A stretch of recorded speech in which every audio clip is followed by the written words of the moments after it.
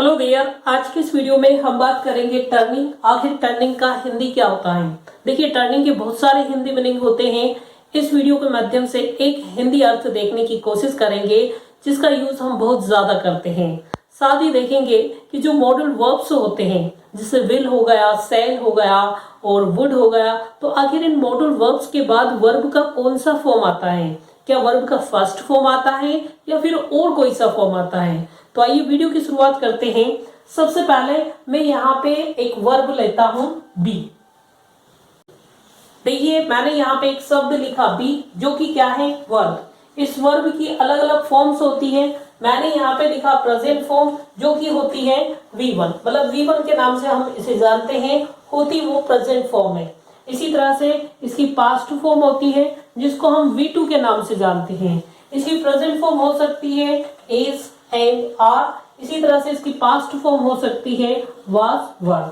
अब वीडियो में कुछ एग्जाम्पल लेते हैं और एग्जाम्पल की हेल्प से समझते हैं कि आखिर मॉडल वर्ब्स के बाद कौन सी वर्ब आती है। साथ ही देखेंगे तो टर्निंग का आखिर हिंदी क्या हो सकता है। तो मैं यहाँ पे कुछ एग्जाम्पल लिखता हूँ, फिर उसके बाद समझाने की कोशिश करूंगा। देखिए, मैंने यहाँ पे 3 सेंटेंस लिखा है।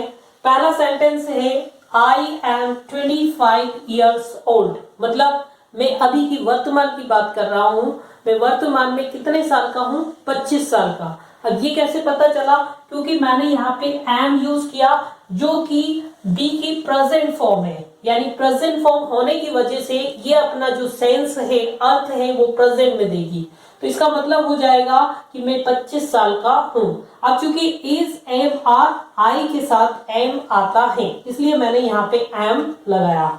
उसी तरह से दूसरा सेंटेंस देखते हैं। I was 24 years old last year. पिछले साल की बात हो रही है। कैसे पता चला, एक तो लास्ट ईयर से पता चल गया और साथ ही वॉज से पता चल गया कि ये पास्ट की बात हो रही है। वॉज से पता कैसे चला, क्योंकि बी की जो पास्ट फॉर्म होती है वो वॉज और वर्ब होती है। अब आई के साथ वॉज आता है, इसलिए मैंने यहाँ पे वॉज लिखा।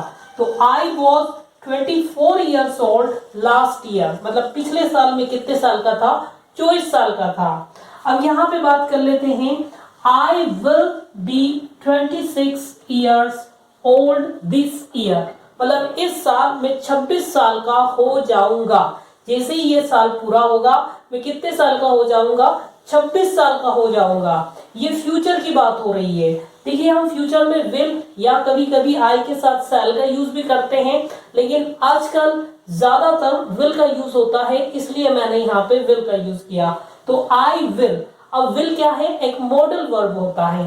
मॉडल वर्ब के बाद वर्ब की फर्स्ट फॉर्म नहीं आती। अगर फर्स्ट फॉर्म आती तो यहाँ पे या तो इज आना था, M R, is M R में से यहाँ पे एम आना था, या इज आना था, या आर आना था, लेकिन तीनों में से कुछ भी नहीं आया। यहाँ पे सीधा सीधा वर्ब आ गया। तो हमेशा याद रखिएगा, मॉडल वर्ब के बाद हमेशा वर्ब आती है। अब इस वर्ब को आप वर्ब की बेस फॉर्म बोल सकते हो, ओरिजिनल फॉर्म बोल सकते हो, या वर्ब बोल सकते हो, लेकिन वर्ब की फर्स्ट फॉर्म नहीं बोल सकते हो, क्योंकि वो अलग होती है। वर्ब की फर्स्ट फॉर्म का यूज हमेशा प्रेजेंट में होता है।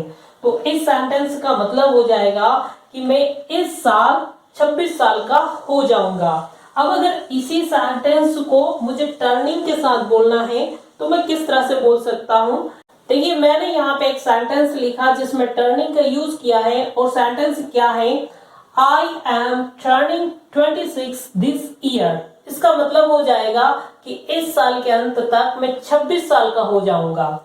इस सेंटेंस का वही मीनिंग निकलेगा जो कि इस सेंटेंस का निकलेगा। इस सेंटेंस का मतलब भी होता है कि मैं इस साल के अंत तक, मतलब इस साल 26 साल का हो जाऊंगा। देखिए, मैंने यहाँ पे टर्निंग का यूज किया। अगर इस सेंटेंस का स्ट्रक्चर आप देखते हैं तो ये हो जाएगा प्रेजेंट कॉन्टिन्यूअस। प्रेजेंट कॉन्टिन्यूअस का यूज भी हम फ्यूचर के लिए करते हैं। इसके ऊपर हम डिटेल वीडियो बनाएंगे। जब भी हम ग्रामर की सीरीज शुरू करेंगे, उस टाइम पे हम बहुत डीप मेन कॉन्सेप्ट को समझाने की कोशिश करेंगे। आई होप कि इस वीडियो से आपको टर्निंग का और साथ ही मॉडल वर्ब के बाद कौन सी वर्ब आती है ये समझ में आया होगा। Thank you for watching and see you next time.